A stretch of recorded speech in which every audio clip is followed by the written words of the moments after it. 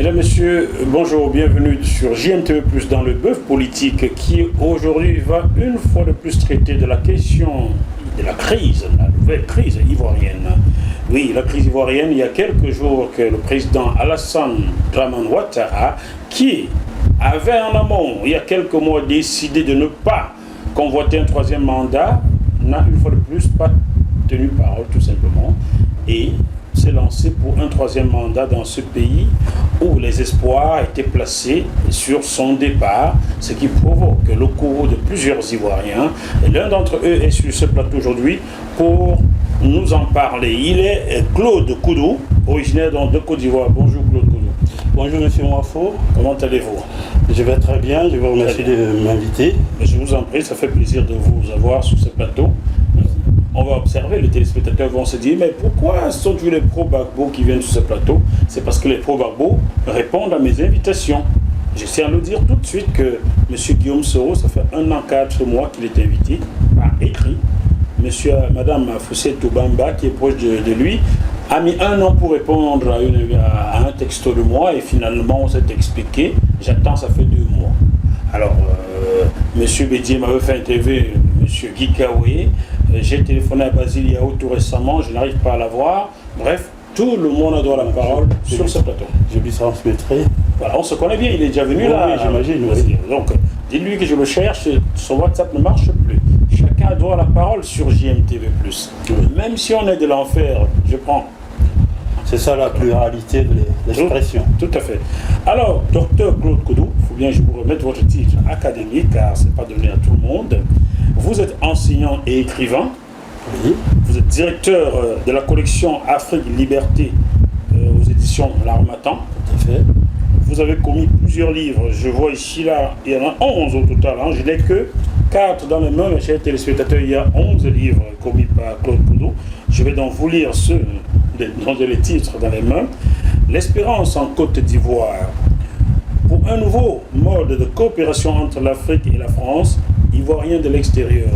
Ivoirien de l'extérieur, Ivoirien de l'étranger. Voilà, en fait, l'Ivoirien de l'extérieur, bon, j'ai coupé le titre, mais en fait, la suite, c'est quelle politique de l'État de Côte d'Ivoire pour les Ivoiriens de l'extérieur? Ah, d'accord. À la diaspora, quoi. Oui, c'est ça. Ensuite, j'ai pour une prise de conscience africaine. Tout à fait, oui. Pour une prise de conscience africaine, ça tape dans le mille, hein? Ça, c'est une collaboration parce qu'il y avait des amis comme Malik Ndiaye, d'autres personnes qui ont collaboré. Donc, il s'agit d'une co-signature. D'une co-signature. Mais bon, c'est une réflexion alors sur la prise de conscience des Africains. La prise de conscience véritable parce que il faut qu'on arrête de se plaindre. Ça fait des années que nos dévanciers comme les Senghor ont fait le diagnostic. Il est temps d'agir maintenant. On ne va pas passer notre temps à pleurnicher, quoi. Donc, dans cette question de la prise de conscience africaine, il faut que les Africains comprennent que c'est dans un cadre de collaboration que nous pourrons arriver à endiguer, disons, les effets des prédateurs, que sont les multinationales et autres.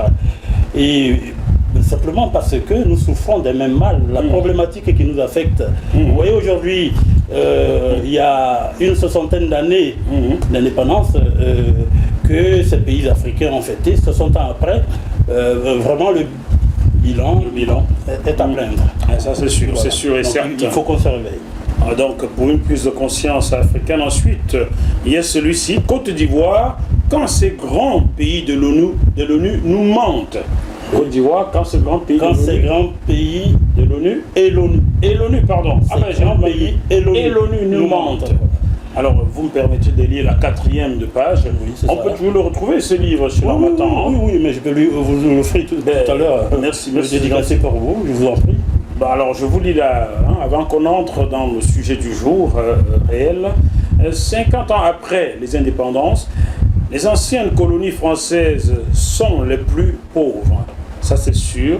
Je peux vous dire que dans l'indice de développement publié en 2018, donc il y a 1 an et poussière, quelques mois, il n'y a aucun pays d'Afrique noire francophone qui apparaît dans les 100 premiers. Le Gabon, qui arrive en tête africain, est 115e. La Côte d'Ivoire, qui a le PIB de l'UMOA le plus élevé, n'est pas parmi les 115. Il faut aller le chercher. Il faut aller chercher. Le Cameroun est 150e. Voyez-vous le truc? Le Niger qui produit l'uranium que la France utilise là, arrive en dernière position. La Centrafrique avant-dernier. Ça, c'est le paradoxe. Pourtant, il y a plein de richesses dans ces pays. Donc, ce que vous dites là, ça colle très bien. Alors, le 11 avril 2011, les autorités françaises, avec l'appui de l'ONU, comme d'habitude, ont fait un coup d'État en Côte d'Ivoire. Ce n'est pas par souci de promotion de la démocratie. Les élections en Côte d'Ivoire n'étaient qu'un prétexte. Il s'agit d'éviter un président indocile à la tête de la Côte d'Ivoire. Oui. En notre sens, la solution de l'Afrique passe par l'érection d'un lobby africain. C'est ce que vous disiez tout à l'heure, se mettre ensemble. Inspirer le respect aux autres doit être construit par les Africains eux-mêmes. En fait, après l'Holocauste, les Juifs se sont organisés pour contribuer à intégrer à juste titre dans notre mental le plus jamais ça. Effectivement. Plus jamais ça. Les Chinois, avec certains autres peuples, à leur tour ont pris conscience et sont organisés. Ils sont désormais respectés. L'Africain, par contre, après l'esclavage, la traite des Noirs, ces déportations incalculables et la colonisation est restée dans l'émotion. On va faire comment? C'est ça, hein? Ils n'ont qu'à nous laisser nous développer. Ils n'ont qu'à nous laisser. Ils ne le feront pas. C'est ça. Bon, en partant de ce qui se passe en Côte d'Ivoire, ce livre propose une analyse sur les crises dans le monde en général et en Afrique en particulier. À tous ceux qui sont épris de justice et de paix, si l'oubli devait encore s'installer en nous, nous n'aurions pas d'excuses devant nos descendants et les générations futures. Waouh! Ah oui, ça c'est très parlant, c'est que j'ai cité l'exemple des Juifs parce que il faut qu'on intègre très bien que les Juifs ont été exterminés, comme nous le savons, mais ils ont pris conscience ensuite. Vous voyez, dans nos pays, en RDC, il y a des millions de morts. En Côte d'Ivoire, il y a eu des milliers de morts après la crise post-électorale. Il faut véritablement qu'au bout d'un moment, on s'arrête. Et qu'on s'asseye, qu'on se remette en question. Parce que ce qui se passe dans les pays qui ont émergé, qui se développent, ça peut se passer, en tout cas dans nos pays. Et je voudrais à ce titre rappeler que des pays de l'Asie du Sud-Est, comme la Corée, comme Taïwan, tout ça, avaient le même PIB que la Côte d'Ivoire dans les années 60. Aujourd'hui, voyons, les ordinateurs, il y a pas mal de choses qui sont fabriquées là-bas. Et ces pays sont développés aujourd'hui. C'est véritablement à l'image des pays développés. Et donc, ce n'est pas une fatalité. Simplement, il faut qu'on arrive véritablement à changer de mentalité, à se prendre en charge et comprendre que les autres, quand ils viennent s'aimer la prédation dans notre pays, c'est pour défendre leurs intérêts. Et il faut qu'on prenne des dispositions pour défendre les nôtres. Docteur Claude Kodou, avant qu'on arrive sur l'actualité, je vais quand même faire cette réflexion-ci. Lorsque celui qui vient faire la prédation, comme vous venez de le dire, apporte également un livre qui s'appelle la Bible, pensez-vous qu'on puisse réfléchir quand on est à ce point-là noyé dans le dogmatisme? Écoutez, ce que vous dites là me rappelle quelque chose, en tout cas c'est une citation, c'est que quand les missionnaires arrivaient, effectivement, ils avaient la Bible, nous avions noté. Nous avions noté, exactement, c'est ça. Président Zambien. Tout à fait. Et puis, merci, aujourd'hui, c'est totalement Ils l'inverse. nous ont demandé de prier les yeux fermés. Quand on a ouvert les yeux, on a ouvert les yeux. Eux, ils avaient nos thèmes, nous avions leur Bible. Alors, le problème, c'est que il y a en Afrique ce qu'on appelle l'opium du peuple qu'on nous apporte. Et moi, je suis croyant. Je ne suis pas pratiquant, mais je suis croyant parce que j'ai cette chose-là en moi où je me dis qu'il y a quand même une force suprême. Je ne sais pas comment la qualifier, on l'appelle Dieu, mais de mon point de vue, ça existe. Votre langue, c'est lequel? Ma langue, oui, c'est le BT. C'est le BT. On appelle Dieu comment un BT? Lago. Ah oui, Lago. Oui, je connais un certain Éric Lago qui était pasteur ici. Voilà, Lago. Regardez ce qui se passe dans nos pays. En Côte d'Ivoire, toutes les salles de cinéma, que ce soit l'Entente, le Roxy, Fraternité, tout ça, c'est devenu des temples. Même les salons sont devenus des temples désormais. Bon, et là il y a un problème. On ne demande pas aux gens de ne pas prier. D'abord, prier ou croire, c'est une affaire privée, c'est une affaire personnelle. Donc on ne peut pas faire du prosélytisme. On ne devrait pas. On ne devrait pas en fait. Et aujourd'hui, ça apparaît comme une sorte de facilité, c'est-à-dire que les gens vont se bercer dans la religion, comme pour ne pas faire beaucoup d'efforts. Bon, c'est peut-être une interprétation erronée, mais c'est une situation qui doit nous interpeller. Très bien. Voilà pourquoi je vous ai amené là-dessus. Prier, on attend tout le Dieu. On va faire comment Dieu ne pourra pas du tout.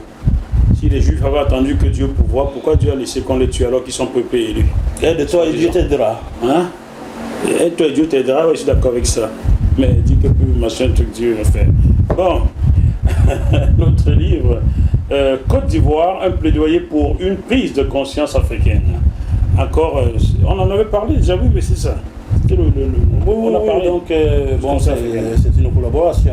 C'est une collaboration, voilà. Il y a des amis comme François Mangakwa qui est du Cameroun. Ah, François Mangakwa, il y a longtemps, je ne l'ai pas revu. Il était à l'Harmattan à l'époque. Oui, il est à l'Harmattan, effectivement. Bon, on est en contact, c'est un homme bien. Et notre ami Malik Ndiaye, qui est à l'université Cheikh Anta Diop de Dakar, avec qui on a beaucoup collaboré ici. Mais c'est une réflexion communautaire. Très bien, quand je retournerai à Dakar, je prendrai le contact de M. Diaye et j'irai le voir. Ce sera un honneur de le rencontrer. Vous avez aussi commis ce livre-ci, toujours publié sur l'Harmattan. Il vous aime bien l'Harmattan.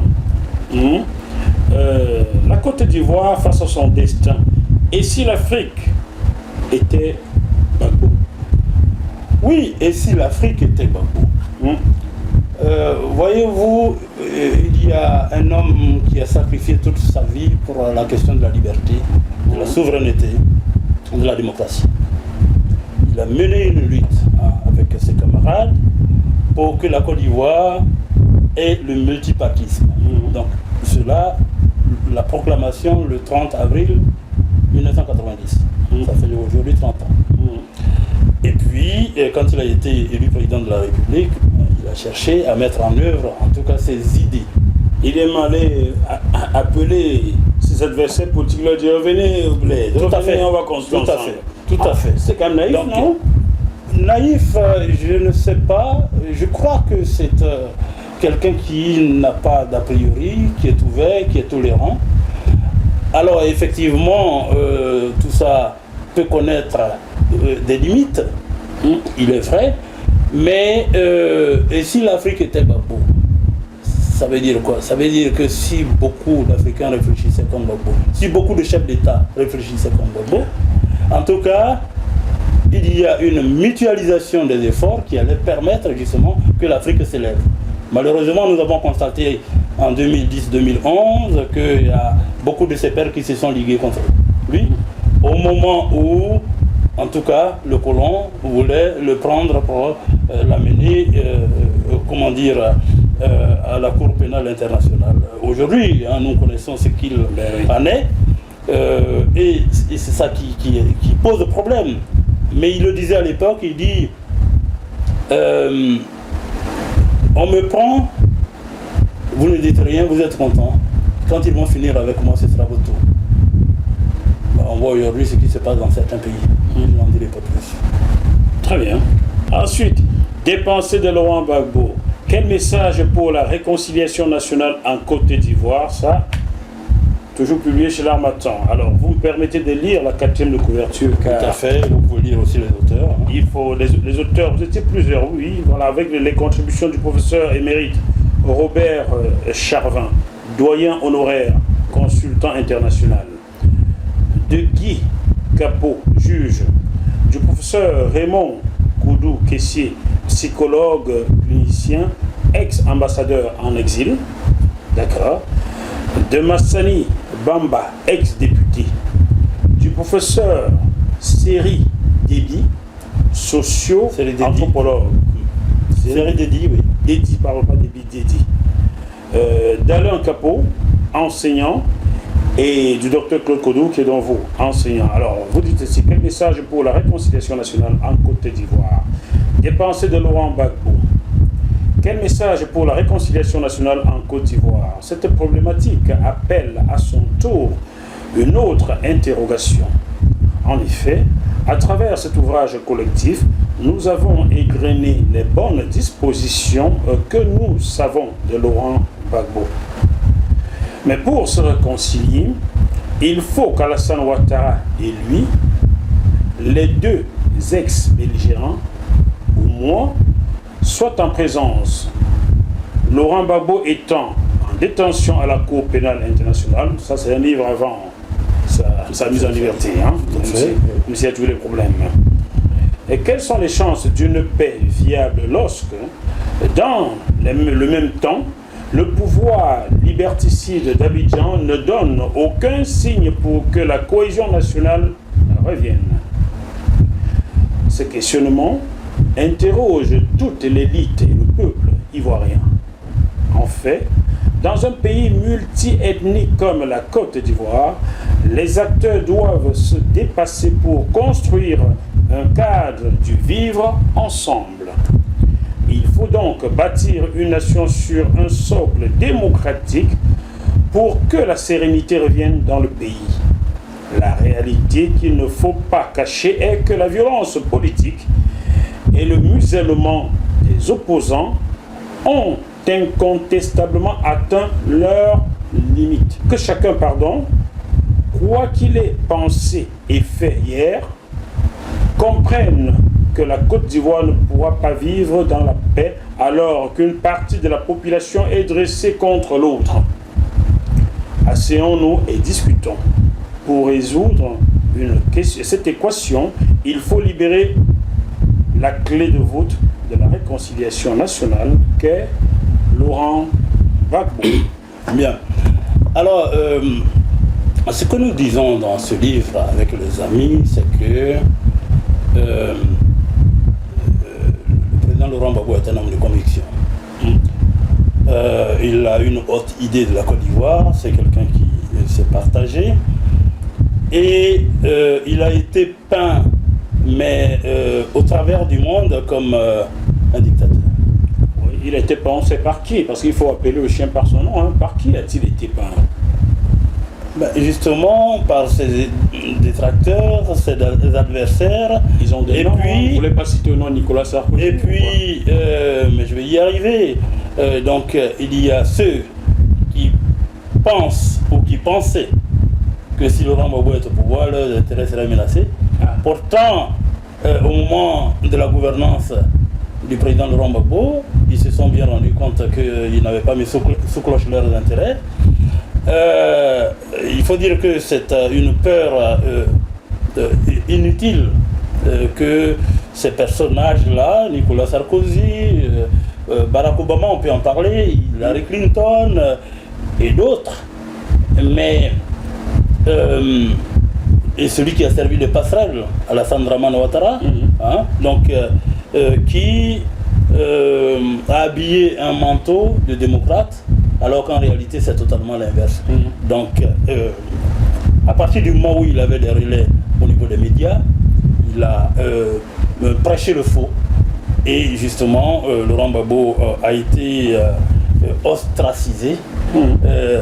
L'histoire montre aujourd'hui que tout ce qu'ils ont fait ne pouvait pas abuser des Ivoiriens. Donc vous voyez que le sujet qu'on va aborder tout à l'heure, ce livre vient comme une transition parce que au travers des manuels là que vous venez de présenter, on fait un peu le tour de ce qui s'est passé en Côte d'Ivoire et en Afrique par ailleurs. En Afrique, oui. Nous sommes le 15 août 2020. Est-ce que Laurent Gbagbo est libre? Est-ce que c'est un homme libre? C'est une très bonne question. C'est la première fois que dans l'histoire de la justice, nous nous rendons compte que un prévenu qui a été acquitté est encore astreint à un certain nombre de conditions. Et là, nous comprenons très bien que ce grand homme est pris en otage.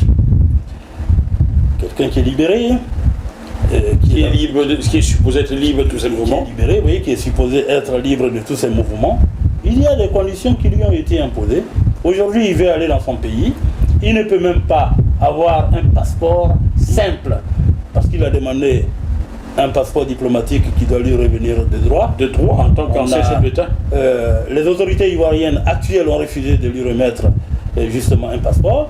Et puis, depuis plus d'une quinzaine de jours, le passeport ordinaire qu'il a demandé ne vient pas. Je saisis cette occasion pour dire que Laurent Gbagbo, parce qu'il comprend qu'il est libre, il a envie de rentrer dans son pays.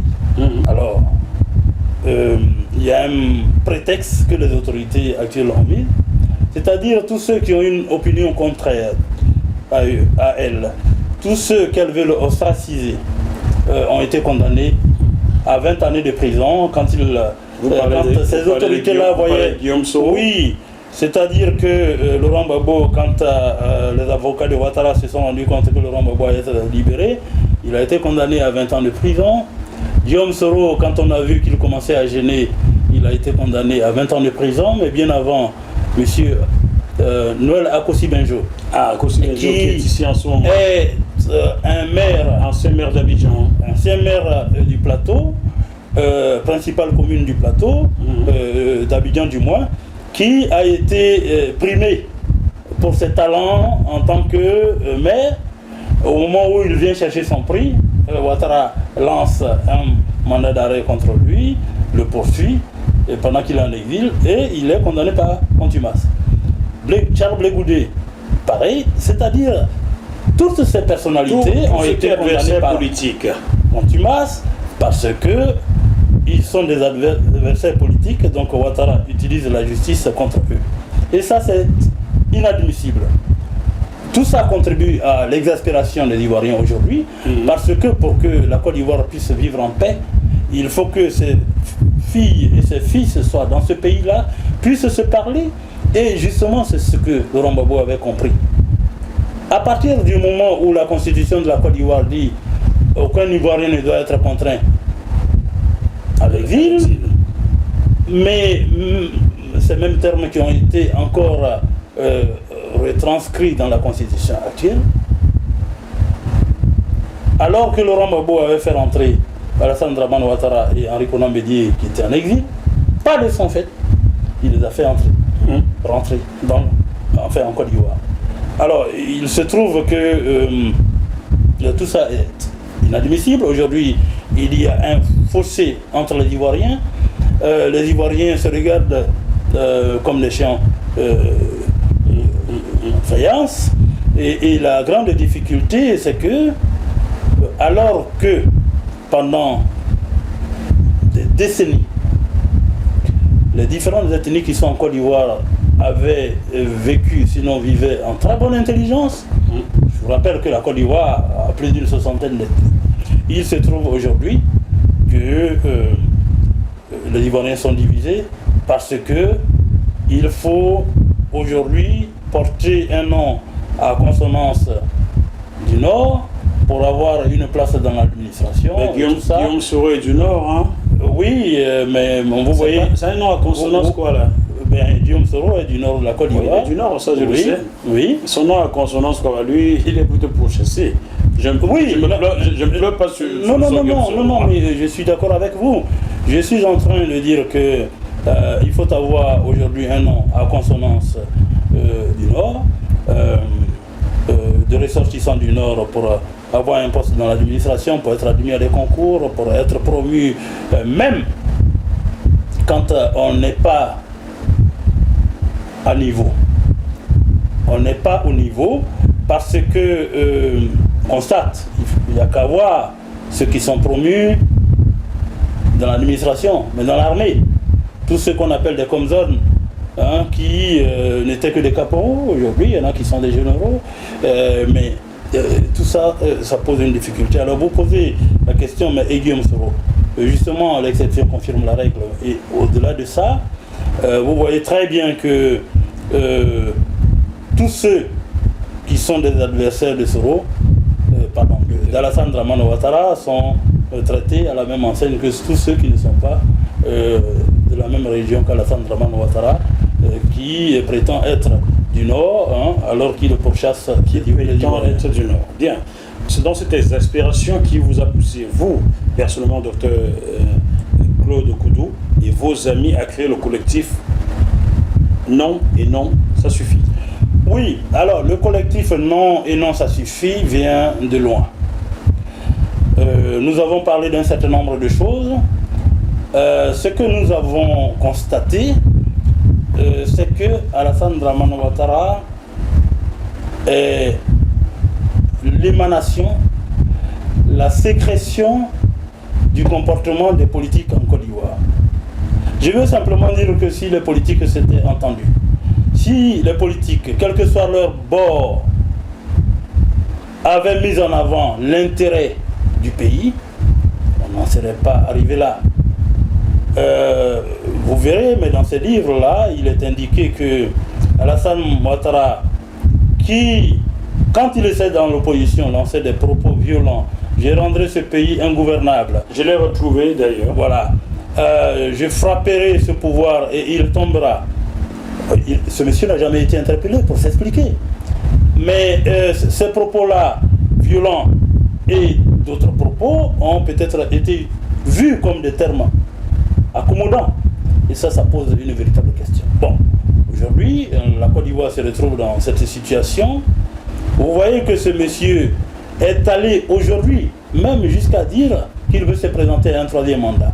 Mais ce qu'il y a, parce que vous m'interrogez, pourquoi non et non, ça suffit. Nous avons fait beaucoup d'efforts. Moi-même, je suis un des acteurs qui ont travaillé au rapprochement de deux grands partis, le PDCI RDA et le Front Populaire Ivoirien. D'accord. Pourquoi? Parce que, d'abord, le Front Populaire Ivoirien était dans une situation d'isolement. Ensuite, nous nous rendions bien compte que le soutien du président Henri Konan Bédié à Alassane Dramane Ouattara était un artifice, parce que ce n'était pas un mariage de conviction. Il fallait que les Ivoiriens puissent se retrouver, mais en mettant ces deux partis ensemble, les autres Ivoiriens qui ne sont pas des deux partis et qui ne sont pas d'accord avec la gouvernance actuelle devaient être appelés justement pour qu'on puisse d'abord sauver la maison commune. Parce qu'on dit qu'il faut laver le linge sale en famille. Notre linge sale, c'est quoi? Notre linge sale, c'est la Côte d'Ivoire. C'est-à-dire qu'il faut qu'on ait un toit pour pouvoir parler. Donc, l'idée, en faisant, disons, en contribuant à ce rapprochement, c'est de dire qu'il faut que les Ivoiriens se mettent ensemble pour sauver leur pays d'abord. Nous savons très bien ce qui s'est passé.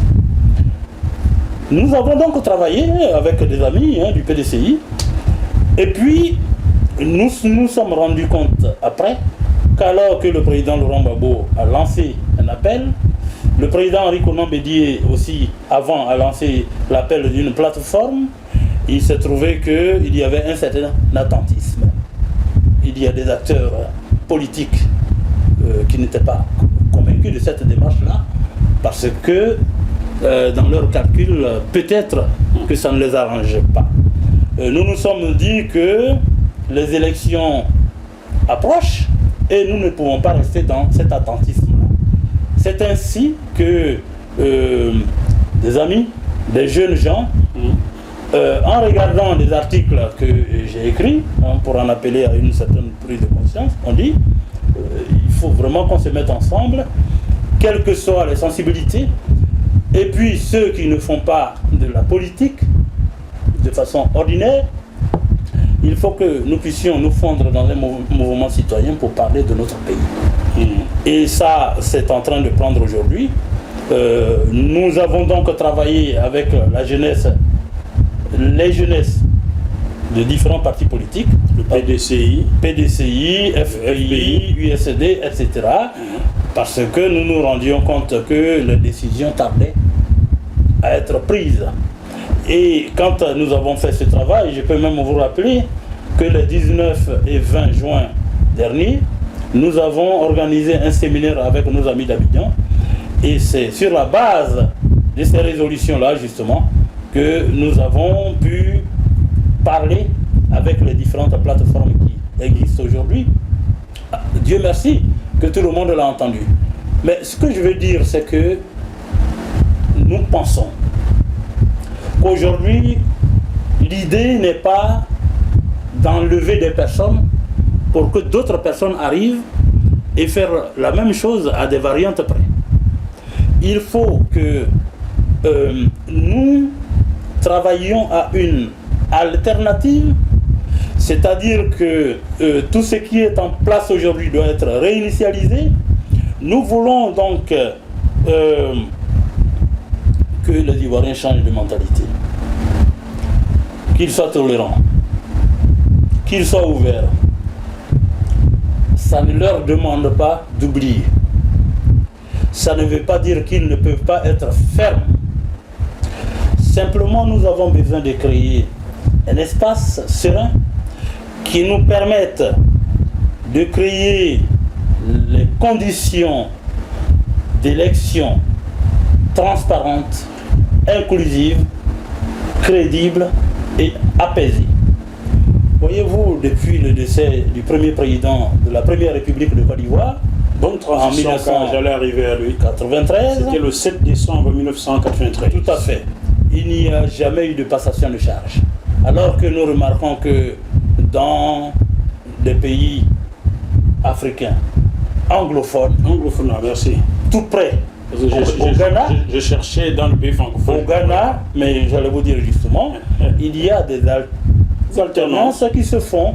Celui qui a perdu attend 5 ans, et puis prépare ses partisans à des élections intermédiaires, mais c'est comme ça qu'un pays doit fonctionner. Depuis, il n'y a jamais eu de passation de charge. Entre Henri Konan Bédié et son successeur, alors il a eu un successeur brutal, parce qu'il y a eu Robert Gueye.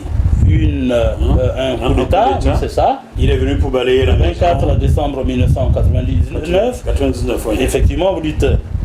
Il est venu c'était annoncé comme ça, il était venu pour balayer. La maison était la réalité est qu'il n'avait plus envie de partir. Ouais. Il est parti par la rue qui voulait reconnaître la victoire de Laurent Gbagbo. Laurent Gbagbo était au pouvoir. Vous voyez tout le temps qu'on a perdu. On aurait pu le laisser faire ses 10 ans et il allait partir. On a savonné la planche tout le temps. On a savonné la planche, comme on a vu. Qui? Alors, ce sont les prédateurs. Mais ils ont des noms. Hein. Ce sont les prédateurs. C'est la France. Vous n'aimez pas dire les noms. C'est la France. C'est la France, il faut le dire. En fait, je pense qu'il faut que nous ayons une réflexion globale. Il ne faut pas personnaliser le débat. Il y a une problématique qui nous frappe. Et à mon sens, que ce soit de façon endogène ou de façon exogène, il est important que nous puissions nous asseoir. Que ceux qui pensent qu'ils doivent exploiter nos pays avec des baïonnettes comprennent que justement nous devons avoir un nouveau mode de coopération. Très bien. Et il s'agit de changer complètement de paradigme.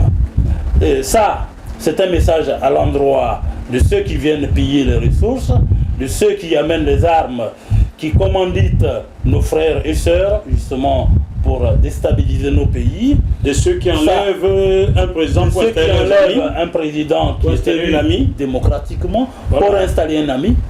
Donc à l'endroit de cela, l'ami qui est reconnu par son pays en plus, l'ami qui est démocratique par son pays, et dire que dans leur pays ils respectent le Conseil constitutionnel, mais dans les autres pays vous n'êtes que des nègres, vous voulez être les égaux en plus. Bon, vous voyez le truc. Alors, moi je pense que les autres pays africains dont on a parlé tout à l'heure, les pays anglophones, sont aussi des nègres, si vous me permettez, si vous me prêtez le monde anglo-saxon, et c'est une autre mentalité. C'est une autre mentalité. Mais justement, nous voyons cette façon de faire et je pense qu'il faut prendre chez le voisin ce qui est bon. Mais ce que je voudrais dire au-delà de tout ça, c'est qu'on ne peut pas développer un pays dans la médiocrité. Dans un pays, dans différentes instances, il faut qu'il y ait des débats contradictoires.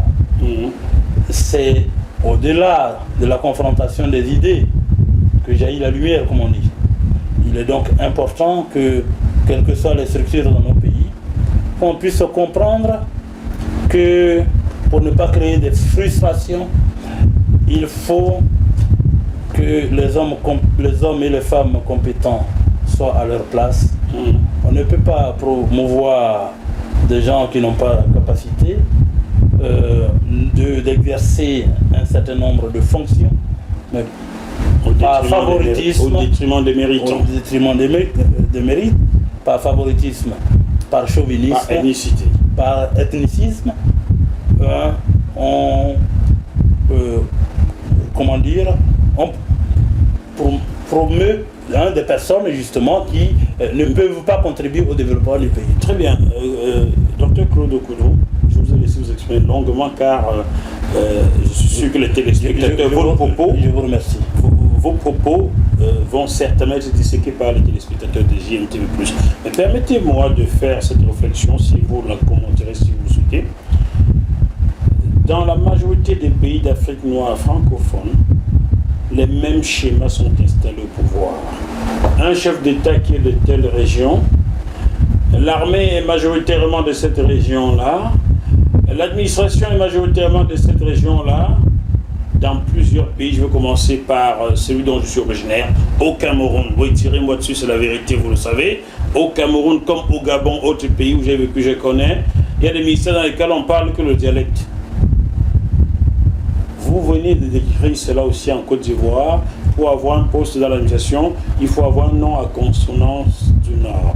Au Togo, c'est exactement... Bref, il n'y a pas un seul pays d'Afrique noire francophone où le mérite occupe le poste. Alors, votre question est très intéressante et j'y viendrai. Il faut rappeler que je suis dans cette émission aussi, mais surtout pour parler de non et non, ça suffit. Alors, ce par quoi je voulais finir, c'est de dire que non et non, ça suffit. C'est donc constitué, justement, avec des Ivoiriens de différentes sensibilités. Il y a des politiques, il y a des non-politiques, mais c'est de dire que nous n'allons plus tolérer certaines façons de faire. C'est de dire que ce qui se passe aujourd'hui en Côte d'Ivoire, nous sommes directement impliqués. C'est pour dire que nous allons nous organiser, en tout cas, pour appuyer nos amis qui sont sur le terrain et au-delà, c'est-à-dire à l'extérieur, prolonger les vœux de nos amis qui se battent sur le terrain. Et donc, nous sommes déterminés. Je lance un appel à tous les Ivoiriens, quelle que soit leur sensibilité, pour dire que la mère patrie est en train de brûler. Ne faisons pas de calcul politique. Nous voulons un pays où nous qui sommes en Europe voudront ou voudraient aller faire leur vieux jour. C'est important. C'est la terre de nos ancêtres. Nous ne pouvons pas accepter qu'une certaine civilisation prenne le dessus en Côte d'Ivoire. Un pays où on désacralise complètement la mort, où on découpe des individus, ça ce n'est pas dans la culture de la Côte d'Ivoire. Et nous allons nous battre pour mettre hors d'état de nuire, en tout cas, ces individus qui se comportent de cette façon-là. Et ça ne passera pas dans le pays. Je voulais vraiment dire ça et pour revenir ensuite au questionnement que vous posez. Voyez-vous, dans nos pays, à part quelques présidents qui sont élus démocratiquement, et c'est très rare. D'Afrique noire francophone. Et c'est très rare. L'Afrique noire francophone, il y avait Laurent Gbagbo, bon, justement. Bah ouais, il n'y a plus de démocratie. On l'a dégommé pour placer l'ami. Justement, pour placer un ami, pour que tout le monde soit au même niveau dans l'Afrique francophone. Alors, au Bénin, il y avait une forme de démocratie. Au Bénin, il y a eu une sorte d'espoir, d'espérance. Et désormais, la démocratie est sous la semelle des talons. On s'est rendu compte que, effectivement, c'est sous le talon des talons. Et là, ça pose un véritable problème. Hein, mais chez nous, c'est la peur. C'est-à-dire que les gens dirigent par la peur. Ils disent, vous qui êtes de mon ethnie, je vous prends, vous devez faire en sorte qu'on maintienne le pouvoir, parce que si je perds le pouvoir, ce sont les autres qui vont prendre ça. Et justement, les Occidentaux s'y sont mis, Nicolas Sarkozy s'y est mis, parce que Laurent Gbagbo avait une autre pratique. Laurent Gbagbo est du centre-ouest, en Côte d'Ivoire, mais vous voyez très bien que beaucoup de ses partisans sont de l'Est, du Sud, etc. Et donc, il y a cette pratique-là. C'est-à-dire que les gens veulent installer une cour. Des gens qui leur obéissent, les gens qui ne peuvent pas leur porter la contradiction, des gens que ces chefs d'État la font, et ce sont des gens qui ne se sont pas faits eux-mêmes. De sorte qu'ils, je finis juste par là, de sorte qu'ils sont tenus d'obéir aveuglement à ceux qu'ils ont choisis, parce que ce n'est pas au mérite, simplement, c'est par complaisance, par népotisme, par chauvinisme, par favoritisme, et justement, cela ne pouvant pas porter la contradiction, nous avons nos pays justement qui vont à volo, et on ne peut pas obtenir le développement. Il y a un Ivoirien qui va dire, lui là il est Camerounais, il ne parle pas de Cameroun, je parle de Cameroun ici. Il y en a au Cameroun qui sont les créatures du créateur Biya. Hein? Jacques Famin Dongo est une créature du créateur Biya. Oh Jésus-Marie-Joseph, si tu existais. Oui, alors, non, mais c'est le problème aussi de l'idolâtrie, de cette façon excessive-là d'admirer des gens. Et c'est pour ça que je parle de changement de mentalité. Parce que dans nos pays, il faut qu'on promeuve la compétence. C'est comme ça que nous pourrons développer nos pays. Et nous remarquons très bien qu'on a des chefs d'État qui ont fait plus de 10 ans et qui font toujours des promesses. Oui. Biya en a fait, je crois, à peu près une quarantaine.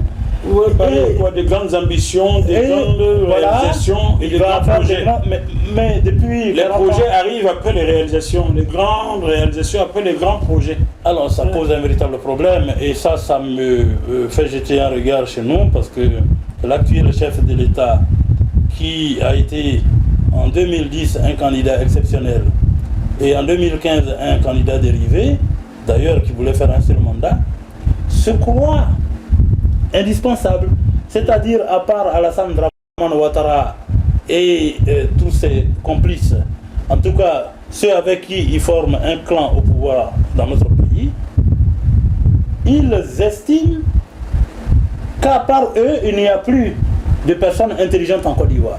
Et c'est vraiment scandaleux, c'est une grande insulte et ils ont tellement fait de gabegie dans notre pays. Ils ont tellement cultivé la corruption, ils ont tellement cultivé la violence dans notre pays qu'ils ont peur. Ils veulent justement qu'après ce soit le déluge, mais ça n'arrivera pas. Bien. Ça n'arrivera pas. Bien, peuple ivoirien, peuple camerounais, peuple gabonais, peuple douancien, ceux qui sont ethniquement liés à ceux du pouvoir et qui pensent commander tout aujourd'hui, n'ayez pas la mémoire courte. Souvenez-vous de ce qui s'est passé au Zaïre quand Mobutu est tombé. Son peuple aujourd'hui, sa tribu aujourd'hui, ne peut pas l'ouvrir au Congo, ne peut pas l'ouvrir. Donc refuser cet état de fait, refuser cela. Et car demain, vous aurez des comptes à rendre. Attention. Et ça, c'est vraiment dommage parce que, je veux dire, les gens du Nord, ce sont des Ivoiriens. Les gens de l'Ouest, les gens du Sud, les gens de l'Est, du Centre, ce sont des Ivoiriens. Donc, faisons en sorte de développer tout le pays plutôt que de développer la région d'où on est. Et si vous regardez la Côte d'Ivoire, il n'y a que Laurent Gbagbo qui a fait l'exception. Il y en a qui lui reprochent de n'avoir pas développé le Côte d'Ivoire. Mais puisque il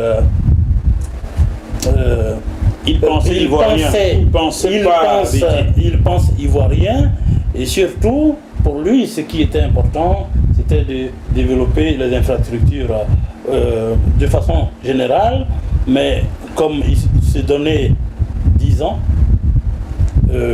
mais je pense que même pendant le premier mandat il pouvait faire beaucoup de choses. Mais on lui a jamais permis de bosser. Malheureusement, Nicolas Sarkozy, mais Jacques Chirac avant et les autres ne voulaient pas que Laurent Gbagbo puisse développer notre pays. Le problème justement, et ça nous l'avons découvert, c'est qu'à chaque conseil de ministres, l'ordre du jour devait être envoyé à l'Élysée. Pourtant, j'aimerais bien que l'ordre du jour du conseil de ministres français soit envoyé à Angela Merkel avant. Voilà. Chers amis, chers compatriotes français, vous m'écoutez ça. Est-ce que vous pouvez concevoir qu'avant chaque conseil de ministres à l'Élysée, l'ordre du jour soit envoyé à Washington, chez Donald Trump ou chez Angela Merkel à côté? Est-ce que vous pouvez comprendre cela? Parce que j'ai beaucoup d'amis français qui me disent « Ah, Jacques, tu es anti-français, tu tapes trop sur la France. » Non, je ne tape pas sur la France. Est-ce que vous concevez cela, que l'ordre du jour du conseil des ministres français soit en amont envoyé à Washington ou à Berlin avant qu'on discute de quoi ce soit dit? Vous trouvez ça normal? Oui, moi je pense que les Occidentaux souvent nous font un faux mauvais procès. Je pense que au stade où nous sommes dans l'évolution du monde, il faut que ces nouvelles générations qui dirigent leur pays comprennent que les choses ne peuvent plus se passer comme avant. Très bien. En même temps, il faut aussi se dire que la liberté, elle s'arrache. Nous ne pouvons pas rester là et dire mais ils n'ont qu'à nous laisser nous développer. Mais non. Mais justement non. Et nous allons arracher notre liberté.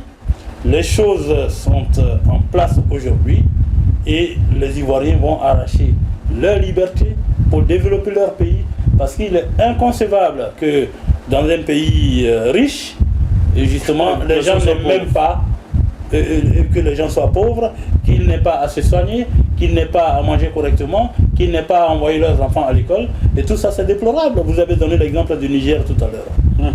Le Niger où Areva prend l'uranium, il n'y a pas d'électricité partout. Mais ça, c'est sérieux quand même. À un moment, chers téléspectateurs français, blancs de peau de souche de France, allez quand même. Pays des droits de l'homme, pays de l'humanité, gna et consorts là. Franchement, Bon, alors, le collectif Non et Non, ça suffit a une revendication principale aujourd'hui, qu'Alassane Dramane Ouattara renonce à briguer un troisième mandat. Oui. Est-ce que j'ai bien résumé la chose? Vous avez bien résumé la chose.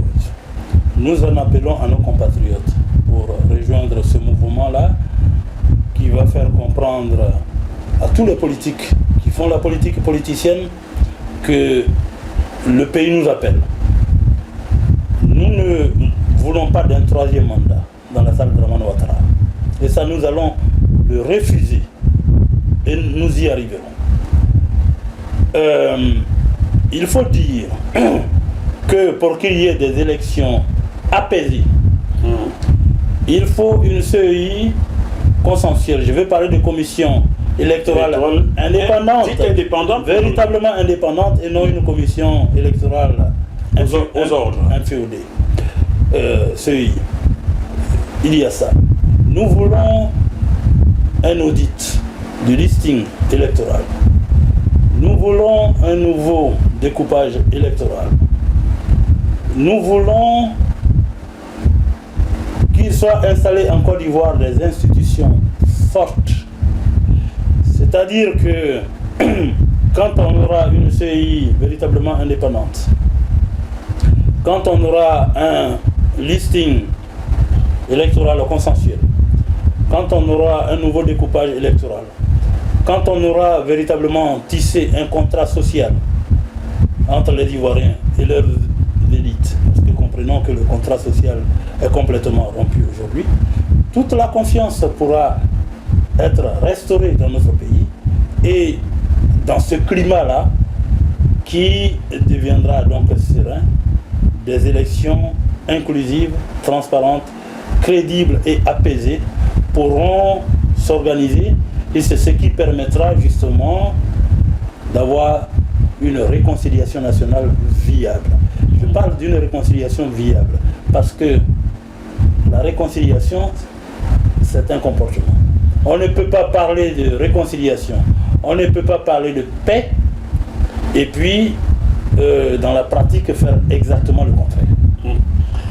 Sachant combien le président Emmanuel Macron a désormais pour conseiller non officiel Nicolas Sarkozy, l'ami de qui nous savons, sachant qu'en Côte d'Ivoire, lorsque le peuple s'oppose à certaines décisions, c'est l'armée française qui a une base militaire à Abidjan, qui, selon Georgette Nekalo, qui était à votre place il y a 5 jours, c'est cette armée française qui se charge de mater le peuple. Pensez-vous que vos doléances ou vos exigences soient vraiment écoutées aujourd'hui? C'est l'idée que nous portons au renforcement des lois. Comment? Il s'agit de mener une bataille. Il ne s'agit pas de demander à quelqu'un, permettez-nous ça. Nous allons dire que nous ne voulons pas du 3e mandat d'Alassane Dramane Ouattara, donc il va partir. Et ça, je peux vous dire qu'il va partir. Il partira. On va s'appeler d'ici quelques jours, quelques semaines, mais il va partir. Vous reviendrez à nous expliquer tout ça. Je vous inviterai. Ensuite, les Occidentaux, mais les Français surtout, défendent leurs intérêts. Nous aussi, nous allons défendre les nôtres. Cette fois-ci, toute la Côte d'Ivoire ensemble. Voyez-vous, ils ont réussi à nous avoir parce qu'ils avaient réussi à caporaliser certains parmi nous. Aujourd'hui, vous avez un grand parti comme le PDC, vous avez un grand parti comme le Front Populaire Ivoirien, vous avez d'autres partis politiques comme le Parti communiste, comme le Parti socialiste, tout ça, comme le mouvement des forces de l'avenir, comme le mouvement ivoirien des travailleurs, il y a la société civile que dirige mon ami Pulchéri Balé. C'est un mouvement aussi que nous avons mis ensemble en place puisque nous nous sommes retrouvés au préalable à une réunion le 2 et 3 novembre 2018. Alors, il y a aujourd'hui tout le monde ensemble. Il n'y a plus un seul parti qui se retrouve quelque part contre les autres. Aujourd'hui, il y a un parti qui se retrouve de l'autre côté contre les autres. C'est le RDR. C'est le RDR parce que les intérêts du RDR sont les intérêts des étrangers, comme le Nicolas Sarkozy. Il faut bien préciser, quand on dit étranger en Côte d'Ivoire, je vois Don Giovanni aux États-Unis là, qui dit les Maliens, machin, tu vas aller chez vous. Toi, Don Giovanni, là, j'ai ton numéro 4, tu ne décroches pas. Les étrangers en Côte d'Ivoire ne doivent pas être que les Noirs. Les Blancs, là, les Libanais, les Français, là, ils sont quoi? Ils sont Ivoiriens. Alors, il faut dire que la question de la Côte d'Ivoire, ce n'est pas un problème des étrangers, parce que la Côte d'Ivoire est un des rares pays qui a aujourd'hui sur son sol plus de 30% d'étrangers. Plus de 30% d'étrangers. Donc on ne peut pas nous faire la leçon, on ne peut pas nous dire que nous ne sommes pas un pays d'hospitalité, on ne peut pas nous traiter d'un pays xénophobe. Je dis simplement que des gens comme Nicolas Sarkozy doivent comprendre que ceux qu'ils sont allés installer, c'est-à-dire le RDR, aujourd'hui n'a plus d'alliés et a une base complètement rétrécie, une base qui est réduite à une portion congrue. Dès lors, il faut que ces puissances-là regardent les intérêts des Ivoiriens et ce sont les intérêts des Ivoiriens qui vont se combiner avec les intérêts des multinationales. Parce que si on a un pays qui est paisible, les multinationales qui y sont installées, comme les Carrefour, Auchan, McDonald's, etc. Ça vend à qui là? Vous mangez ça à Abidjan là? Oui, mais tout ça est là-bas. Bon, à Tchéquie, oui, bon, à Cali, vous allez là-bas faire. Tout ça est là-bas. Donc, il faut qu'il y ait la sécurité. Nous voyons un gouvernement qui dresse une insécurité à l'endroit du peuple en ayant créé une milice qu'on appelle les microbes, des jeunes drogués qui découpent les gens, des innocents, à la machette. Et un parti comme le RDR ne peut donc pas être suivi par les Ivoiriens. Il y a des Ivoiriens qui ont été trompés, il y a des Ivoiriens qui ont été abusés. Ceux-là se sont égarés. Aujourd'hui, ils se sont rendus compte que la réalité était tout autre. C'est donc tous ceux-là qui vont se mettre ensemble pour restaurer la dignité de leur pays et faire en sorte que dans ce pays-là soit créé un climat de vivre ensemble. Chers téléspectateurs, vous êtes toujours dans le bœuf politique sur GMTV+. Et notre invité aujourd'hui est Dr Claude Koudou du collectif Non et Non, ça suffit. Non et Non, qu'est-ce qui suffit? Ils ne veulent pas de ce troisième mandat d'Alassane Dramane Ouattara. Non au troisième mandat, non aux politiques qui sont dans les intrigues, non au favoritisme, non à la gabegie, non à la corruption, non et non, ça suffit. Le peuple dit ça suffit. C'est le peuple qui a le pouvoir et quand le peuple dit ça suffit, ça doit suffire pour travailler aussi et donc faire les choses dans le sens du bien-être du peuple. Le peuple est souverain, toutes les richesses qui sont en Côte d'Ivoire, c'est pour le peuple. Il faut donc, et non pour le multinational. Et non pour le multinational. Vous avez dit ça à Total, vous avez dit ça à Bolloré. Mais je pense qu'il nous écoute, qu'il nous regarde, parce que le peuple qui est souverain, c'est ce peuple-là qui donne un pouvoir. Les gens ne peuvent pas s'installer au pouvoir et dire que c'est le peuple qui doit donner un pouvoir parce qu'ils ont la baïonnette. Cette façon de faire va être bannie en Côte d'Ivoire et je vous donne rendez-vous dans les prochains mois. Docteur Claude Koudou, merci d'avoir accepté cette invitation. Il faut dire que cette invitation a été initiée par Célestine Daba, qui est une amie et presque une belle-sœur. Oui. Le poète mon frère. Voilà. Oui, alors justement, Célestine Daba est une inspiratrice de ce collectif-là. On ne pouvait pas ne pas venir. Elle nous a dit, mais il faut que quelqu'un y aille. Nous avons dit que nous ferons le plaisir de trouver quelqu'un qui doit y aller. Moi-même, comme je vous ai dit, je dois prendre la route tout à l'heure pour aller faire 3 jours de repos. Quelque part. Parce que la lutte... Ne dites pas où vous allez, on ne sait jamais. Elle est longue. Non, mais ne vous inquiétez pas. Oh, mon confrère qui est mort chez vous là, j'attends toujours de comprendre ce qui a tué mon confrère qui est en Côte d'Ivoire. Hein. À ce niveau, il faudrait comprendre que quand le président Laurent Gbagbo était au pouvoir, on disait que c'est lui qui s'opposait aux enquêtes, justement, concernant Guy André Kiffé. Aujourd'hui, Laurent Gbagbo, enfin depuis 10 ans, n'est pas au pouvoir. Et nous ne comprenons pas pourquoi ces enquêtes-là n'avancent pas. Chers téléspectateurs du Bœuf Politique sur GMTV+, j'espère que vous avez compris le message du collectif Non et Non, ça suffit, porté aujourd'hui par Dr Claude Koudou et ses amis, et que la paix reviendra très vite dans ce pays que nous aimons, même si je n'ai jamais mis les pieds, j'aime la Côte d'Ivoire, et j'ai hâte d'aller... Ce sera avec plaisir. J'ai hâte d'aller manger, boire un coup à Gagnoa. Hein? D'ailleurs, je salue la présidente de l'association Gagnoa Ameyoko, Léa Denise Kokounion, qui était venue sur ce plateau sur le plan politique et associatif et tenait exactement les mêmes propos que vous. Merci beaucoup.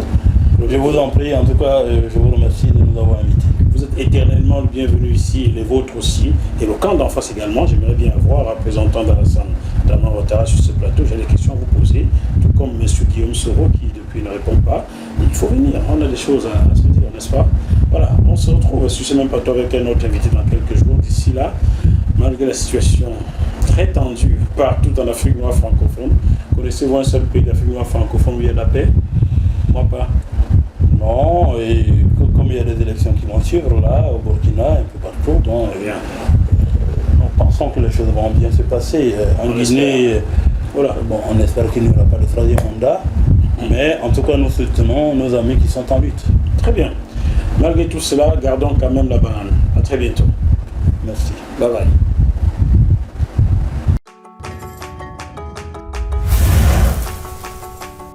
Vous êtes sur JMTV+.